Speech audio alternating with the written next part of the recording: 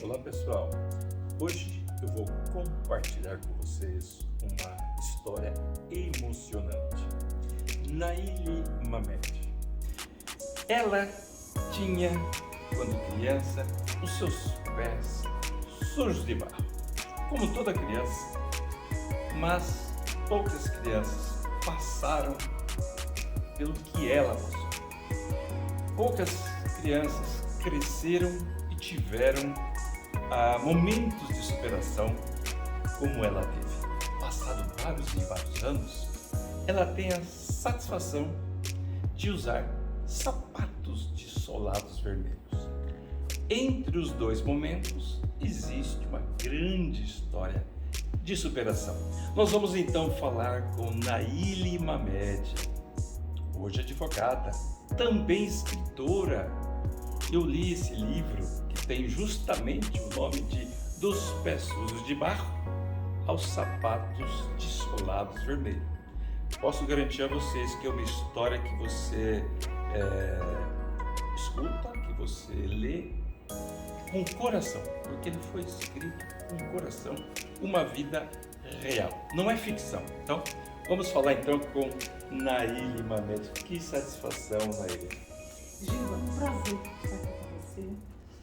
Eu fico muito honrada em contar a minha história. E eu falo o seguinte: se eu motivar, se eu encorajar uma mulher, eu já estou satisfeita. Porque se eu for definir em uma palavra, é coragem. Porque eu tive muita coragem para chegar até aqui. Eu não, em nenhum momento, titubeei. Porque eu tinha os ensinamentos do papai para sempre seguir em frente. Eu não tinha a opção de parar, de retroceder, sempre avante. Então, se eu puder incentivar uma mulher, encorajar, eu estou muito feliz. Tá? Por isso que surgiu a história deste livro, de contar a minha história neste livro. Este livro foi lançado em Dubai, em janeiro deste ano, e eu não imaginava lançar um livro em Dubai. Porque eu nem tinha essa pretensão.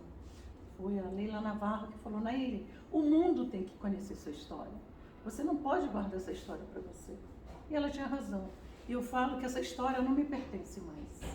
Ela não é mais minha. E eu relato toda essa trajetória desde lá, quando eu nasci lá no Brasileiro, no interior do Pará. Na cidade chamada Brasileiro. O que eu achei curioso nesse livro, né, para começar, uma das coisas que eu mais gosto de ver livros é o agradecimento, a sessão de agradecimento, de gratidão do autor, até para identificar com quem ele se identificou mais, quem foram as pessoas que mais contribuíram.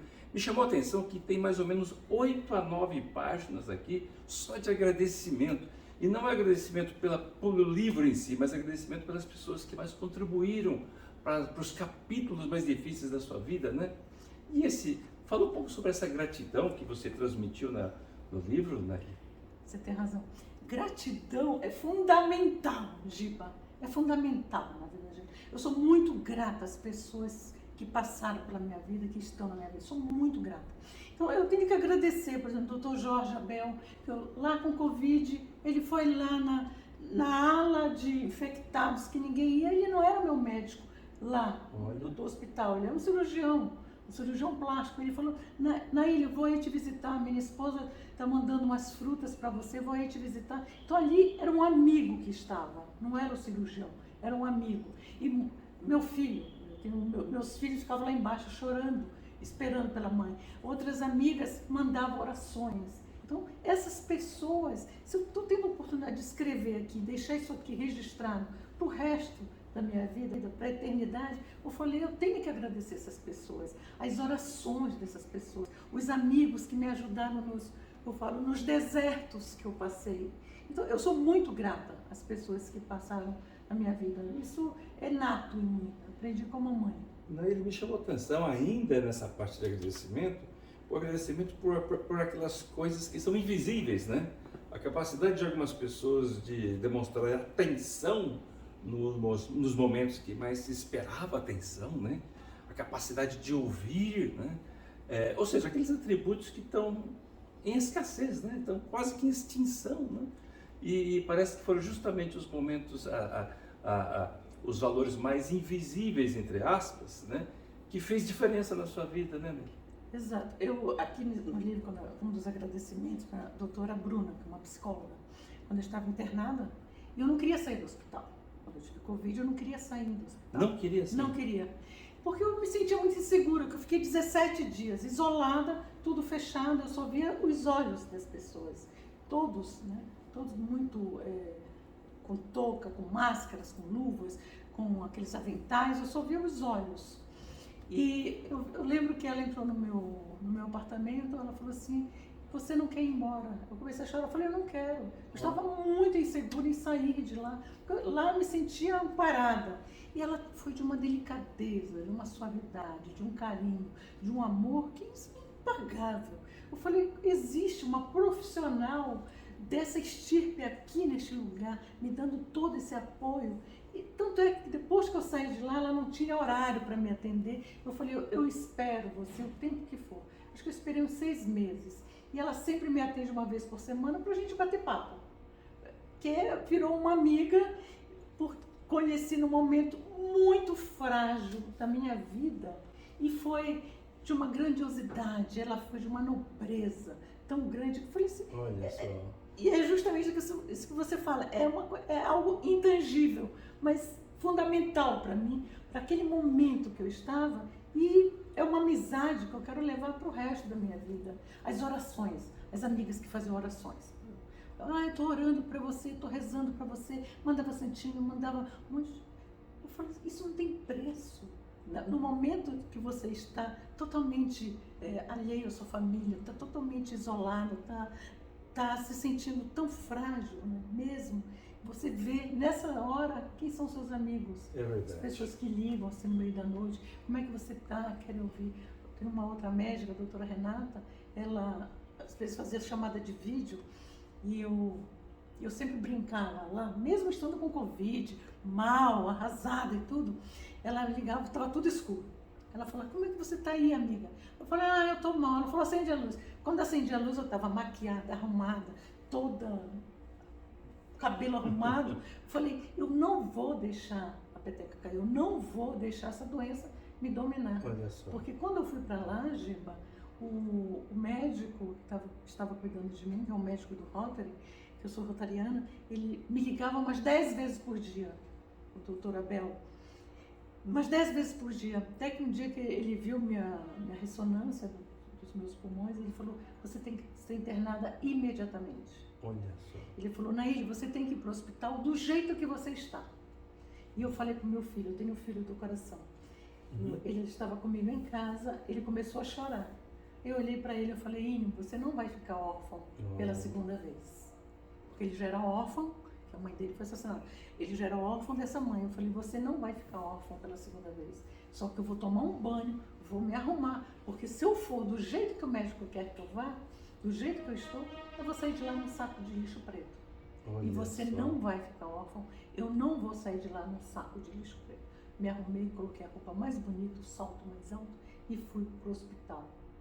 De lá já fui pro oxigênio e tudo. Quando eu olhei para ele, ele estava chorando, eu falei, você não vai ficar órfão.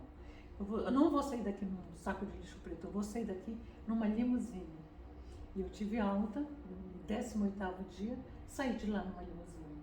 Mas de onde é que surgiu a limusine? A limusine porque eu fiz uma promessa pro meu filho, eu falei, eu tenho que ficar boa. Então, quando eu piorava, tinha um dia que eu estava ótima, no dia seguinte eu estava péssima, no outro dia eu estava ótima. No dia seguinte que eu estava péssima, várias do meu andar iam para a UTI, entubada, e eu falava para as enfermeiras, eu vou sair daqui numa limusine que eu prometi para o meu filho, eu não vou sair no saco preto. Aí as enfermeiras me adoravam. Eu fiz muita amizade com as enfermeiras, brincavam, eu levava meu perfume, eu jogava perfume nelas, elas saíam de lá perfumadas. Então era motivo de alegria. Então eu espalhava ali alegria. Eu falava, e era no auge da Covid, eu falava para ela, vocês vão atender outras pacientes, leve alegria para essas mulheres. Como é que elas falam? A moça aqui do lado, o quarto ao lado, piorou, ela desceu para intubação. E eu ficava sabendo as histórias. E o dia que eu piorei mesmo, que eu ia até ser entubada, elas lá no meu quarto, eu lá deitada, toda vermelha, que tem uma inflamação nos meus seios. os enfermeiros falavam, eu estava assim meio dormindo, eles falavam, ela não, ela não. Então eu sabia que tinha um amor ali. Eu falei, eu não posso deixar eles ficarem tristes. Eu quero viver, eu quero sair daqui. E eu lembrava do meu filho que eu tinha que sair lá numa limusine. E foi uma guerra e saí de lá na limusine. E você demonstrou convicção e fé o tempo todo? O tempo todo. Desde quando eu vim lá do Brasileiro, dessa cidadezinha que não existe nem no mapa até hoje. Aliás, eu queria até voltar a esse capítulo 1, não do seu livro, mas da sua vida, né? Quando você era uma criança de pés sujos, né? Normalmente, acho que todos nós temos saudades dos nossos dias de infância. Agora, a sua infância foi muito difícil. Ainda assim, você tem saudades daquela época? Eu sempre recebo. Ah, que saudade que eu tenho da Aurora da minha vida. Uau. Da minha infância, querida. Eu tenho muita saudade. Eu tenho saudade da minha casa de palha. Eu falo hoje que eu tive o privilégio de dormir com as estrelas, porque eu dormia assim no telhado, chovia na minha rede. Não era cama, era rede. Eu caía pelo buraco da rede. Eu era muito feliz. Tomava banho no Igarapé, no riacho lá da Amazônia. O banheiro era na floresta. Você já imagina o resto. Você vivia olhando para as estrelas, elas te passavam alguma mensagem, algum sentimento especial? Eu sempre falo com a mãe, você é uma estrela. Eu nasci para brilhar. Uau. Eu tinha assim, uns 4, 5 anos, eu tinha essa convicção comigo. Mãe, eu vou ser uma estrela. Porque a gente se reunia na frente de casa para ouvir histórias do Aladim, da Bela Adormecida, todas historinhas que a vizinha contava pra gente, João e Maria, da orelha que era perdida numa forquilha. Então ela contava histórias em capítulos. Então toda noite tinha, vamos lá pra frente da casa da Dona Hilda ouvir história. Aí eu vi aquele luar, parecia que estava tudo iluminado, solução. Tava ali a paca, que ele chegava no meio da noite com uma paca. Às vezes ele vinha sem nada, mas quando ele vinha com uma paca, ele falou, minha filha, tira o fígado da paca. Porque tirar o fígado da paca, assar aquele fígado naquele braseiro, meu Deus do céu, era um banquete. Então eu tirava, papai, eu vou tirar, me dá a faca, eu vou tirar, papai. Então eu sempre era a solução. Minha filha, olha, você tem que ir na casa de fulano fazer isso ou levar isso. Sempre eu ia com alguma solução. Vai lá que você vai resolver. Até hoje, por exemplo, sumiu a chave do meu carro. Eu andei com o carro, com o sensor do carro. Quando cheguei lá para dar uma entrevista, o carro parou, cadê o sensor? Não estava. Aí estava meu secretário comigo, ele falou, doutora, como é que eu resolvo? Eu falei, eu sei que você vai resolver. Então fiquei dando entrevista, quando eu terminei, você achou? Achei que estava caindo lá no estacionamento.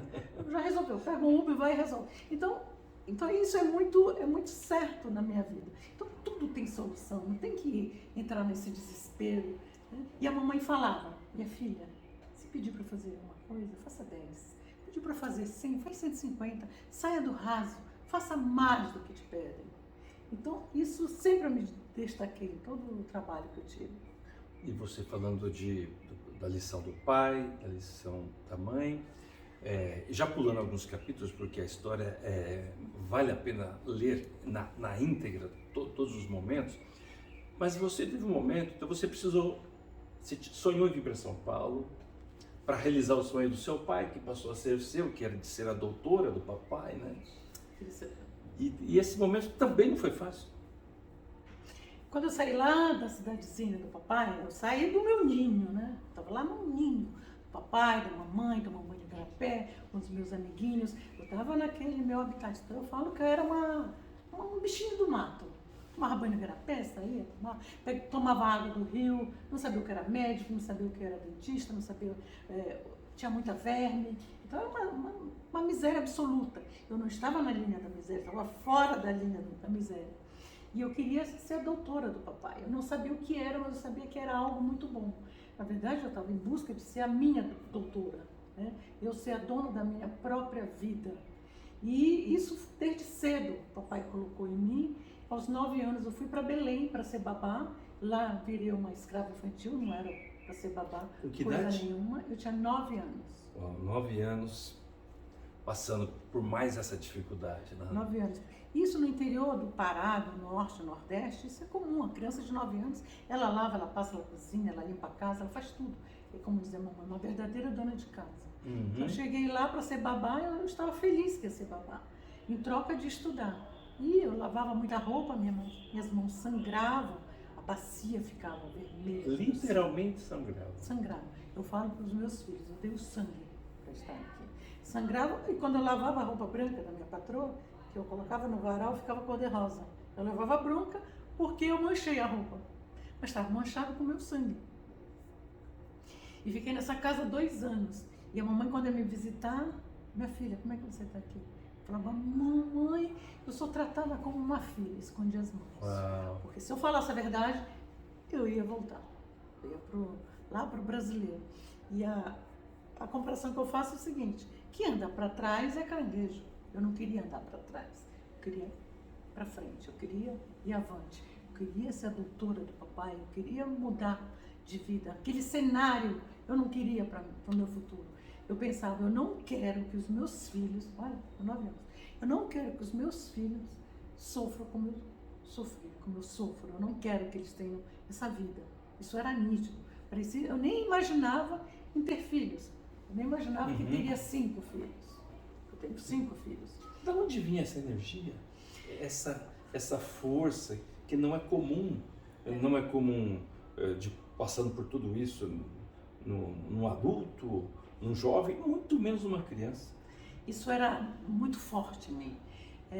Tanto que de tanto eu acho papai e mamãe falar, e eu falo o seguinte, de estar na terra, na Amazônia, no coração do mundo mesmo, né? Aquela energia toda de tomar banho de garapé. Então eu era cheia dessa energia, dessa vontade de viver, essa vontade de mudar a vida. Eu tinha certeza que eu ia mudar a minha vida. Eu tinha certeza, mas assim, era como 2 mais 2 são 4. Eu tinha certeza que era uma questão de tempo. Eu ia mudar a minha vida, eu não podia me desviar do meu foco. As palavras do papai é como uma flecha. Então, sempre quando eu pensava em titubear, quando eu ficava lá nessa casa com as mãozinhas, que eu não conseguia fechar as mãos, os meus amigos na escola não queriam fazer trabalho de escola comigo, era bullying, eu nem sabia que era bullying. Eu pensava, isso vai passar, eu vou ser a doutora do papai. Isso aqui, eu pensava, é temporário, vai passar. Eu imaginava, porque lá no interior, lá no brasileiro, eu não sabia o que era uma vida melhor. Eu não tinha um parâmetro. Eu vivia como se vivesse numa caverna, porque todos eram uma casinha de palha, todos eram casa de barro, tudo era igual, não tinha nenhum parâmetro. Em Belém já comecei a ver televisão pela primeira vez, comecei a ver carro. Então parecia que eu estava em um outro planeta. Na escola, de lá eu fiquei 2 anos, depois fui para casa de uma outra tia e voltei a passar fome, até que um dia eu falei, eu não vou mais passar fome. Arrumei um trabalho, eu já estava com 14 para 15 anos, que eu fui trabalhar numa peixaria. Lá na peixaria eu apliquei os ensinamentos do papai no mundo corporativo, pode-se dizer assim. Quando a mamãe falava, minha filha pediu para fazer uma coisa, faça 10. Então eu via que todo mundo na hora do almoço, já está na hora do almoço, fica lá descansando. Eu almoçava, não tinha mais nada para fazer, eu ia procurar o que fazer.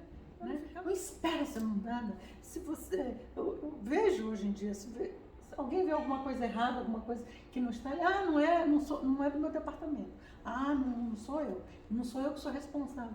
Vá, faça. Ofereça ajuda. Ofereça ajuda para um amigo. Vê o que ele está precisando. Terminou seu serviço, minha filha? Ofereça ajuda. E a minha mãe nunca trabalhou, nunca foi de mundo corporativo, nada. Ela era uma professora que sempre ela ensinava os alunos um pouco de etiqueta à mesa. Moça, fecha os bracinhos, você não vai voar. Então o jeito dela fala, fecha os braços, você não vai voar. Tira as mãos da mesa, tira o cotovelo da mesa. Mastiga com a boca fechada.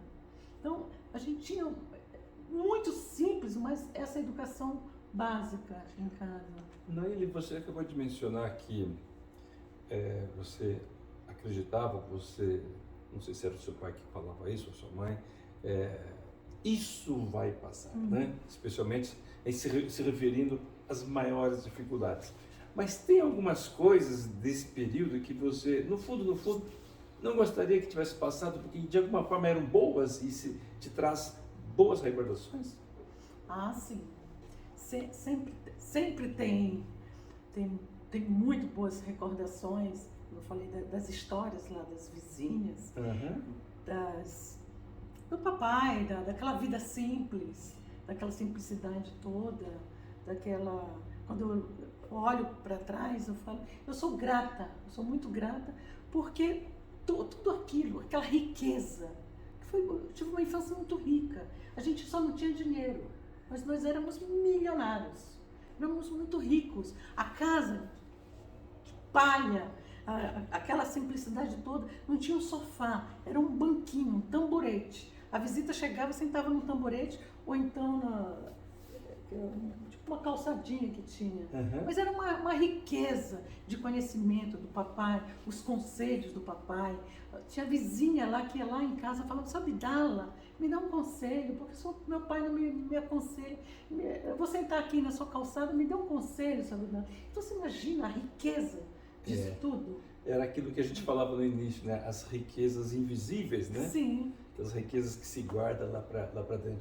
Aí você veio para São Paulo e saindo lá da cidade brasileira, né? De Belém, da peixaria. De Belém. E quando chegou em São Paulo, toda essa megalópole ali, não te assustou? Muito. Eu vim para São Paulo em busca de oportunidades, que eu tinha falado para a mãe, queria ser uma estrela. Eu vim para São Paulo em busca de oportunidades, de uma vida melhor, um trabalho. Quando cheguei em São Paulo, eu fiquei 1 ano chorando praticamente. E eu ia para a Praça da República, cheia de pombinhos lá, mandava carta para a mamãe. Mamãe, eu estou muito feliz. A senhora não imagina como é a minha vida aqui. Que idade você tinha? Tinha 15 para 16 anos. 16 anos já. Sozinha numa cidade, no centro da maior cidade da América do Sul. Mas eu vinha com uma senhora, dona Silvia, mas eu não ia trabalhar para ela. E a gente ficou numa pensão bem precária. E eu sempre escrevia para a mamãe, eu queria procurar um emprego. E eu sempre escrevia que estava muito bem, que eu estava muito bem, que eu estava bem instalada, que a vida aqui era muito boa. Era tudo mentira, porque se eu falasse a verdade, eu ia preocupar a mamãe. Ela não tinha como me ajudar. Falei, por que eu vou preocupar o papai e a mamãe? Eles não têm como me ajudar. Estava preservando. Exato. E fiquei quase 1 ano chorando, triste. Depois de muito tempo eu descobri que aquilo era uma depressão, mas na época eu não sabia. Um dia eu falei assim, vou arrumar um trabalho, que eu fui procurar um trabalho lá na Mil. Quando cheguei lá no prédio da Mil, quem não conhece, que é um prédio suntuoso, que eu fiz em Itália, eu cheguei lá com medo, só de pisar naquele luxo todo. Peguei uma roupa emprestada, uma saia emprestada, um sapato. E eu falo o seguinte, quando a gente quer muito, a providência divina vem, as portas se abrem, a sorte te abraça, Deus manda o chão para você. É verdade. E chegando lá, eu cheguei no 27º andar para fazer uma entrevista, era o dono da Mil. E eu queria trabalhar de vendedora, já era empreendedora. Eu queria fazer o meu salário, eu queria morar em Moema, eu queria fazer uma faculdade, eu já sabia que o bairro nobre era Moema. Eu queria fazer uma faculdade, eu queria ser doutora do papai. Contei a história para o doutor Edson. Ele falou, você tem experiência em vendas? Eu falei, tenho. Você já vendeu o quê? Eu falei, já vendi peixe. Quer vender peixe? Vende qualquer coisa. Aí me contratou. Aí entrei no salão enorme, um monte de senhores, todos engravatados. E eu lembrei do papai, seja altiva. Então eu só entrei, levantei, entrei. Não olhei para ninguém, porque se eu olhasse, eu só tropeçava e caía. Deixa eu só fazer uma observação, especialmente para você, jovem, né?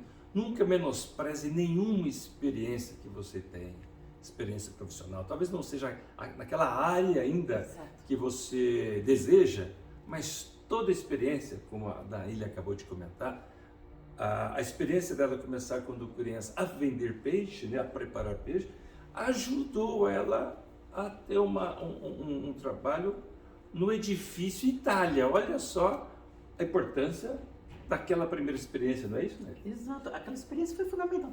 Então, eu sempre falo, que eu falo para a minha equipe, toda experiência é maravilhosa, você tem que abraçar com vontade mesmo, como se aquilo fosse o seu negócio, o seu trabalho, sua empresa.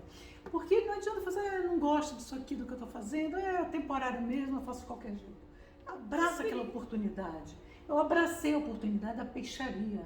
Eu era a melhor peixeira ali daquela peixaria. Chegava um cliente lá querendo comprar um peixe, ele falava, Naíli, filhote é bom para quê? Eu falei, o filhote só pode fazer um cozido, com batata, eu sabia a receita, com batata pode colocar tucupi, ou então pode fazer frito ou assado, ou então a pescada amarela que faz assim, ou então leva a ostra. Sempre trazendo algo a mais. Sempre trazendo algo a mais, sempre. Eu falei, olha, você não quer aproveitar, levar um camarãozinho, fazer um molho? Não, você não quer aproveitar, fazer um caranguejo, uma casquinha de caranguejo? Ah, eu quero.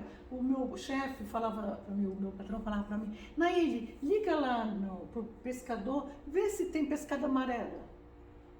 Aí eu olhava, tinha uma lista de uns 20 tipos de peixe. Eu falava com o pescador, só tem pescada amarela? Que a mamãe falava sempre o seguinte, fecha o ciclo, minha filha.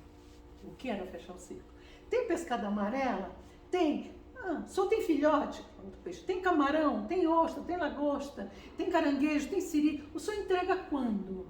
Que dia? O senhor entrega como? Gelado, congelado? Que dia só vai entregar? Quanto custa? Se pagar à vista? Se pagar a prazo? Então eu fazia todas as perguntas para quando eu chegava com o meu chefe, olha, eu liguei para esse pescador, ai, esqueci do camarão. Eu falei, tá aqui. Esqueci do mexilhão, tá aqui. Então isso é fechar o ciclo. Perfeito, tinha controle completo. E na Mil, o que deu? Lá na Mil, eu me tornei campeã de vendas na Mil, sem nunca ter vendido nada, só vendia peixe. Campeã de vendas, e quando eu fui atender o primeiro cliente, o Dr. Edson falou assim para mim, Naíli, o que você falou para você vender? Eu era um bicho do mato, um bichinho do mato tinha chegado ali, e por sobrevivência eu falei, eu preciso dar certo nessa empresa, eu preciso ganhar dinheiro, eu preciso abraçar essa empresa. E eu, quando eu fui lá vender, a cliente falou assim para mim, fale-me. Eu olhei para ela, eu não sabia absolutamente nada, não tive tempo do treinamento. Eu falei para a senhora não ter dúvida, peguei o contrato e comecei a ler para ela. Só que eu comecei a ler, Gil, que a empresa não pagava. Eu queria que ela soubesse que não tinha direito. Depois eu comecei a falar o que ela tinha direito. Eu não sabia que era PNL já, mas PNL eu falo que é sorte de principiante, porque quando eu terminei de falar tudo aquilo, ela falou assim, a primeira vendedora que falou a verdade para mim, ela comprou para ela, para a família toda, para os pais, vizinhos, e eu fui a campeã do mês. E o tempo que eu trabalhei na Mil, 1 ano e 7 meses, eu fui a campeã todos os meses da Mil. E quando eu cheguei na empresa, o dono da Mil falou assim para mim, o que você falou? Eu falei, doutor Edson, eu falei a verdade, eu adorava aquilo. E eu me esforçava cada vez mais, porque eu queria o prêmio, batia todas as metas. Só que até num belo dia, aparece quem na minha vida, Gil? Aparece um príncipe encantado. Olha aí. Falar para as mulheres, principalmente as mulheres, apareceu um príncipe encantado. E eu realmente me encantei por esse príncipe. Era maravilhoso, bonito, jovem, sedutor, rico. Nem precisava ser tão rico, porque eu não conhecia, não sabia o que era. Então, não estava nem interessada em riqueza, em ostentar absolutamente nada. Imagina de onde eu vim, não tinha nem teto. Eu descobri há pouco que a casa que eu morava, que teto, que eu via as estrelas, não era nossa. Ela era emprestada. Então eu não tinha absolutamente nada. E era tão amigo, tão assim, galanteador, tão atencioso, que eu me encantei realmente. Fiquei encantada, fiquei apaixonada. E fomos morar aqui na Zona Sul, numa casa maravilhosa, 20 um alqueire de terreno, com vários mini pôneis, que a minha filha colecionava mini pôneis, uma piscina suspensa maravilhosa, ele colecionava aves raras da Patagônia, tinha um mini pântano com jacaré, uma coisa assim suntuosa. Uhum. Com 8 funcionários dentro de casa, 8 fora. E com o tempo, com o passar dos dias, dos meses, eu comecei a sentir que era uma teia que estava me aprisionando. Eu não podia sair, eu não podia receber ninguém, era só eu e ele. Eu queria fazer alguma coisa, não, Nini, eu faço com você. Eu quero ir na casa de alguém, não, eu vou com você. Aí começaram eu me senti ali bem presa mesmo. As pressões psicológicas, daqui a pouco vieram as agressões físicas. Puxa vida. Que Eu triste tive essa essa situação. péssima experiência e eu falo que eu estou, ainda bem que eu fugi de lá, que eu fugi daquele palácio para dormir no chão da casa da minha amiga. E eu sempre repito, se eu puder encorajar uma mulher, já valeu a pena eu ter desnudado a minha vida. Eu descortinei, estou descortinando a minha vida para ajudar mulheres que estejam passando por uma situação dessa, que qualquer lugar é melhor que aquele inferno que você vive. Se eu não tivesse fugido daquele lugar, eu estaria fazendo parte de uma estatística. A minha filha engatinhando com um aninho e ele me batendo com cabide. Eu falei, eu não quero isso para minha filha. Ninguém merece. Eu não quero que a minha filha cresça achando que isso é normal.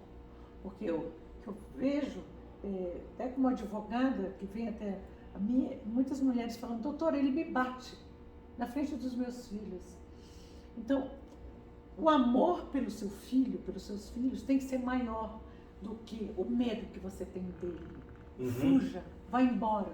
Sabe, qualquer lugar é melhor que esse inferno. Eu saí de lá para dormir no chão da casa da minha amiga. Eu não precisava, porque ele me dava tudo. E tudo que eu queria, ele falava, cai do céu. Eu falava para ele, cai do inferno. Que o preço que eu estou pagando é muito alto. Isso aqui não enche meus olhos. Eu queria ser a doutora do papai, eu queria ser a doutora da minha vida. Ter a minha independência, era isso que eu queria. E é isso que eu fui atrás, que eu consegui. Aí eu fui fazer faculdade de Direito, por mim, pelo papai, e para me defender dele. E depois fiz faculdade, quando eu fiz faculdade, era cheque, porque eu não tinha dinheiro para pagar a faculdade. Cheque sem fundo, levava as crianças junto comigo, que eu não tinha quem deixar. Depois de formada, um dia a professora lá da creche onde eles ficavam, as crianças ficavam numa creche, para poder tomar café, almoçar e jantar. Ela chegou para mim e falou, mãezinha, tira esses filhos daqui. Foi aí que eu sentei no banco da praça, chorei, e eu falo nas minhas palestras que naquele dia Deus me telefonou. O orelhão tocou. Quando eu vi o telefone, o número do orelhão, eu falei, já sei o que eu vou fazer. Porque a vida nos dá sinais. Deus nos manda sinais. É verdade. Aquilo foi um sinal. Eu mandei fazer uns cartões de visita, Mamed Advocacia, a doutora Anaíle Mamed, e o telefone da praça. Divulguei uns 2 ou 3 dias, aí fui para a praça. Eu falo o seguinte, a vergonha e o orgulho, você pega e joga numa lata de lixo. Fui para a praça, fui toda arrumada de advogado, o telefone começou a tocar. Mamed Advocacia, Nicole, bom dia. Estou atendendo 2 clientes, tem mais 3 na recepção e tem mais 2 ligações. Tinha que mostrar que o escritório estava lotado, que a doutora estava ocupada, mas a doutora vai na sua residência à noite. Ela lhe dá um atendimento personalizado. Olha só. Para tudo, quando você quer. Eu tinha tudo, tudo para... Tinha um rol de desculpas. Para desistir, né? Para desanimar. Para desanimar. Parece que da maneira como você descreve, parece que tudo que você passou mais solidificou, mais incorporou, mais fortaleceu a sua fé, a sua personalidade. É isso? Exato, eu tinha certeza que ia dar certo. Eu não podia desistir. Eu falei, se eu desistir agora, e aí? E se daqui uma semana fosse dar certo? Daqui um mês? Porque tem tantas pessoas que desistem aqui. O sucesso está aqui. Ou então a virada vai estar aqui, um pouquinho à frente. Tá quase chegando. Quase chegando, você desiste antes. E se eu desistisse lá na peixaria? Se eu tivesse desistido lá. Eu tenho uma irmã que foi fazer faculdade esses dias, ela estava na faculdade em Curitiba. Eu falei, mana, você desistiu da faculdade? Ai, desistiu. Eu falei, por quê? Ela falou, ai, ninguém gostava de mim, ninguém falava comigo na sala. Eu falei, meu Deus, eu tinha 9 anos, ninguém falava comigo. Eu tinha 14 anos, ninguém falava comigo. Uau. Eu falei, não tem que desistir. Você vai desistir pelos outros. Você não avançou, você não foi mais um pouco. Você nunca, está com 55 anos, nunca fez uma faculdade, que sempre desistindo. E o pior que a maioria é assim. É verdade. Daí mais outro exemplo, né? Especialmente, eu sempre falo para os jovens, porque são os que estão mais precisando de orientação e motivação, né? Então tá mais aí a Naila explicando mais uma vez que desistir é a última opção, a opção daqueles que nunca vão chegar lá, né? Eu tenho uma curiosidade quando eu li seu livro, Naila, de novo, dos pés sujos de barro aos sapatos de solado vermelho. Queria saber como foi a sua primeira experiência com o solado vermelho, né? Se você lembra, né? Porque deve ter sido uma coisa bem diferente. Por causa do solado vermelho hoje. Mas por que o solado vermelho? Porque eu andei descalça, sabe? Andei descalça, eu ia para a escola descalça. Muitas vezes eu ia para a escola, eu pegava, naquela época era tamanco do meu irmão, tamanco de madeira, bem tamanco, bem de roça mesmo. Aqui na frente o tamanco e cortou aqui atrás, para ficar no tamanho do meu pé, só ficava largo. E eu ia andando com aquilo e eu era motivo de chacota. Uau, mas né? isso. Exato, e nem por isso eu desisti. A minha irmã sabe disso. Eu achei incrível que nós somos do mesmo pai e da mesma mãe, né? E não desisti. Mas quando eu comprei o meu primeiro Louboutin, que é o símbolo do poder da mulher, né? Não é pelo sapato em si, é o que ele representa, é o poder, é o empoderamento da mulher. Eu cheguei, eu consigo, eu quero saber como é ter um sapato exclusivo, um sapato especial. E foi muito bom, foi uma emoção muito grande. Falei, como é que pode? Aquela menina que andava descalço agora pode andar com o sapato que ela quiser. Igual quando eu comi a terra, eu estava em Nova York com a minha filha, na Quinta Avenida, e ela falou assim, quem te viu e quem te vê, mamãe? É um tipo de história maravilhosa, né? Quando a gente vê alguém que passou pelas maiores dificuldades, superou e está saboreando o melhor, porque merece mesmo, né? Igual do perfume, desculpa te cortar. Igual do perfume. Eu falo o seguinte, eu experimentei o pior perfume que há na face da terra. Imagina a sujeira do peixe, aquele peixe congelado, descongelou, corta a cabeça do peixe, aquela sujeira toda voava no meu cabelo, ficava um cheiro assim, horroroso, que ninguém queria chegar perto de mim na escola. Era mais um motivo. Poderia ter desistido ali. A peixeira chegou, pitiu, porque em Belém é pitiu, que é o cheiro do peixe. Quando eu entro nas minhas palestras, eu entro dançando uma música chamada Pitiu, que eu brinco, eu falo, hoje eu sapateio em cima do pitiu, né? Que é o pitiu. Então, é tudo isso. Eu falei, mas nada me detinha, nada. Eu queria ir em frente. Quem andar para trás é caranguejo, eu não podia parar, eu não podia retroceder, eu tinha que ir para frente. A flecha que o papai tinha me apontado estava ali, eu sabia que eu ia chegar. Quando eu fiz a pergunta para ele aos 4 anos, papai, como eu saio da miséria? Como é que a gente sai dessa vida miserável? Eu queria tomar um café com açúcar, que criança adora açúcar. Não tinha açúcar. Tinha um chá de erva cidreira, não tinha açúcar. Tinha mingau de farinha sem açúcar. Primeira coisa, minha filha, para jantar tem mingau de farinha. Isso quando a mamãe falava, vai jantar, vai dormir cedo, que não tem nada para comer. Então a gente ia dormir cedo para a fome passar.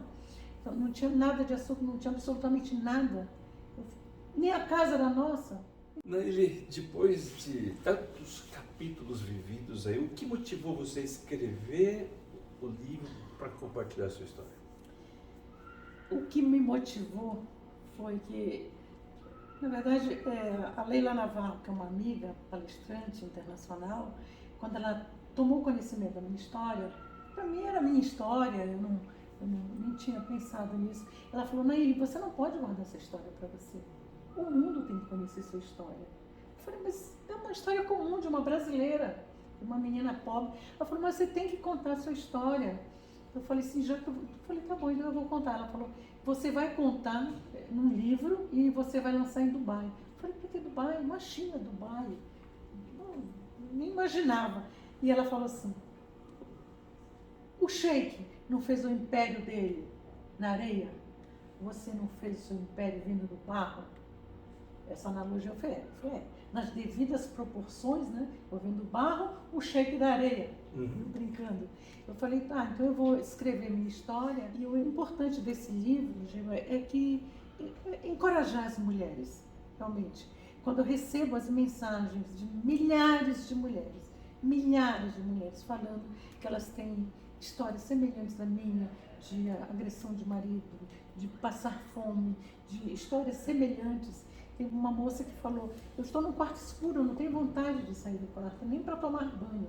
Depois que eu assisti uma entrevista sua, Olha eu tive vontade só. de sair do quarto, tomar banho e procurar alguma coisa para fazer. Já valeu a pena eu ter aberto a minha vida. Tem pessoas que falam, como é que você tem coragem de contar toda a sua história, você não tem vergonha? Eu falei, vou ter vergonha da minha vida, das minhas raízes, da minha história. Isso eu tenho orgulho. Tenho orgulho de quem eu sou, tenho orgulho de onde eu vim, tenho orgulho das minhas raízes, do pai, da mãe, do lugar que eu nasci, dos amigos que eu tive, do igarapé para tomar banho, da casa de palha. Depois a gente ficou rica. A nossa casa virou, telhado era de madeira, que a gente chama de cavaco. Era cavaco, não era telha, era cavaco. Depois virou telha, mas era cavaco. Então, mas era de uma riqueza, a gente só não tinha dinheiro. Olha. Mas você disse que o objetivo é motivar, conscientizar as mulheres, mas eu te digo que você também motiva e conscientiza os homens também, porque eu me senti absolutamente assim, foi uma lição de vida, né? E desses exemplos que ela deu, né? Insistir, você valorizar as coisas, os valores invisíveis, tantas coisas, então é um incentivo, claro, as mulheres, né, em função de ser uma escritora, mas também para todos nós. Eu recomendo aos jovens também aí, para que também usem, tenham essa inspiração, né? Usem essa experiência como uma lição de vida, né? Até porque muitos passam por alguns capítulos semelhantes a isso, que vale a pena viver. Só uma última pergunta, o que fez você usar a renda não somente do seu livro, mas eu sei que você faz das suas palestras, para as entidades carentes? A renda do livro é 100% doada, não é 10% nem 100%. Por exemplo, se a pessoa que compra, tem muitas pessoas que compram 50 livros para dar de presente para as equipes, faz um Pix direto para Jardim das Borboletas, que é uma das instituições. Essas crianças do Jardim das Borboletas, elas têm ferida no corpo inteiro, que é uma doença chamada epidermólise bolhosa, que é o fogo selvagem. Então ela tem ferida no corpo inteiro. Tem bebês que têm bolhas aqui no tamanho da palma da mão, bebês. E ferida na mucosa, em toda a mucosa. Então eu sei, senti na pele o que é ter ferida. Essas feridas que eu tive, elas demoraram mais de 20 anos para sarar. Mas essas feridas aqui, elas estão aqui, nas minhas entranhas. Assim como a agressão do meu ex, que eu chamo carinhosamente de falecido, ele é vivo, mas ele é falecido. Estão aqui, na minha alma. As feridas estão na minha alma. Mas eu quis mandar para o mundo que é possível, sim, ter uma vida diferente. Você lutar pelos seus direitos, você lutar pela sua vida, você ter uma pessoa, um companheiro digno de você, ter um companheiro amigo. Nem todos são como a experiência que eu tive. Tem homens muito bons ainda, graças a Deus. No fim, você tem quantos filhos, quantas filhas hoje? Eu tenho 5 filhos, né? O Beto, que é o mais velho, o Roberto, a Luana, o Lucas, Mateus e um filho do coração, que é o Juninho, que é o Inho. Esse filho do coração é filho de uma moça que trabalhou para mim. Ela morava na minha casa com 5 filhos e um dia ela faltou no trabalho. Eu fui na casa dela, a casa dela estava alagada. Eu falei assim, Nice, ela falou, olha, minha casa está alagada, molhou tudo. Eu levei para minha casa, ela e os filhos todos.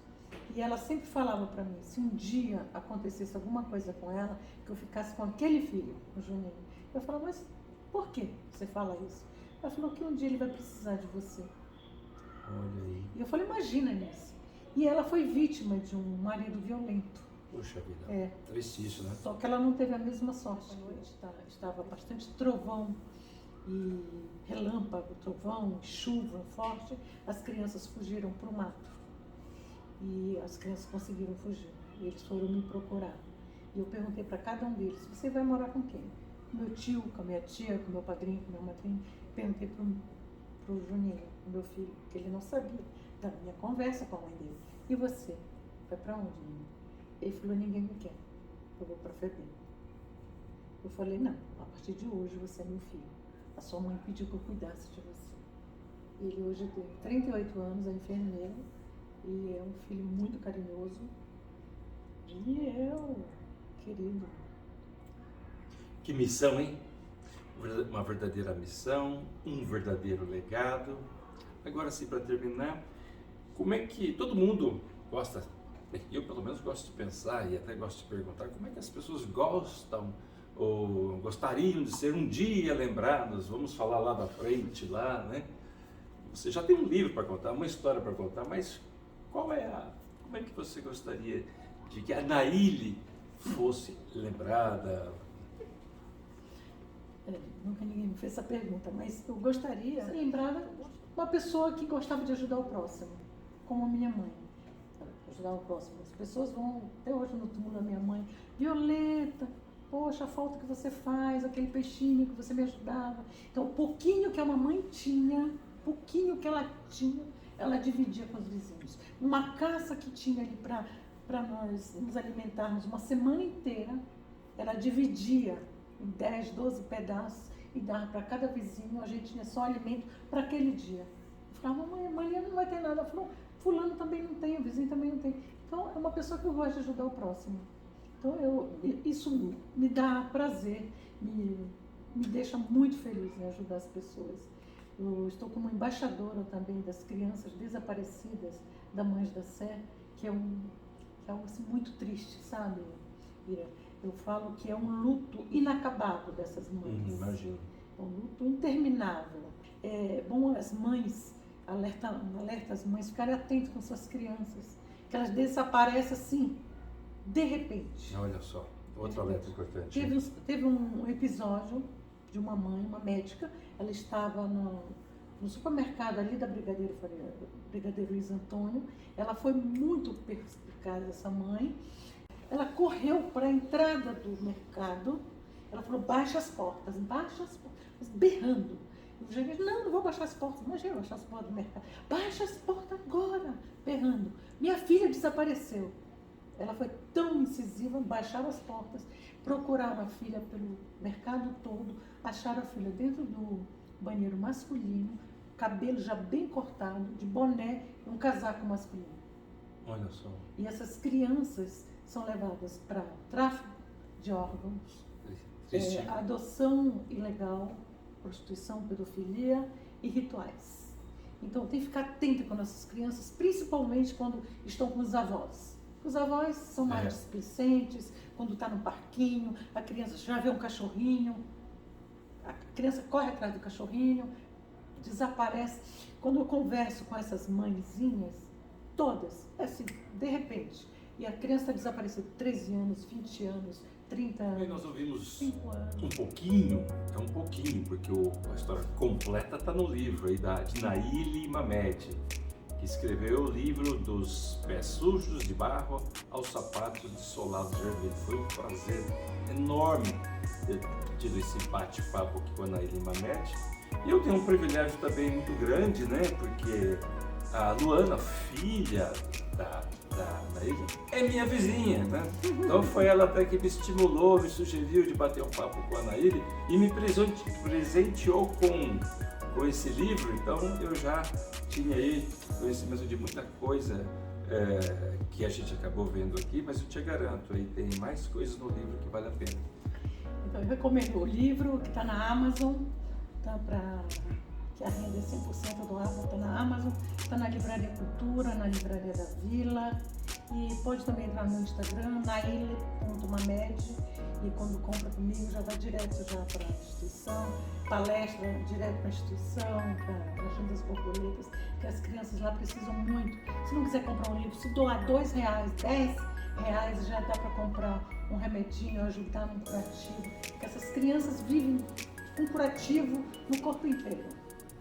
Perfeito. Tá? Olha aí, esse é o apelo, né? Um beijo e muito obrigada pela oportunidade e falar para as mulheres que não abaixam suas cabeças, que não se abaixam para ninguém, que vá em frente, lute, e qualquer lugar do mundo é melhor que o inferno que elas vivem com os maridos violentos. e que existem homens maravilhosos. Então, eu não preciso viver dessa forma, ninguém merece. Perfeito! Essa é Naíli Mabed. Até a próxima!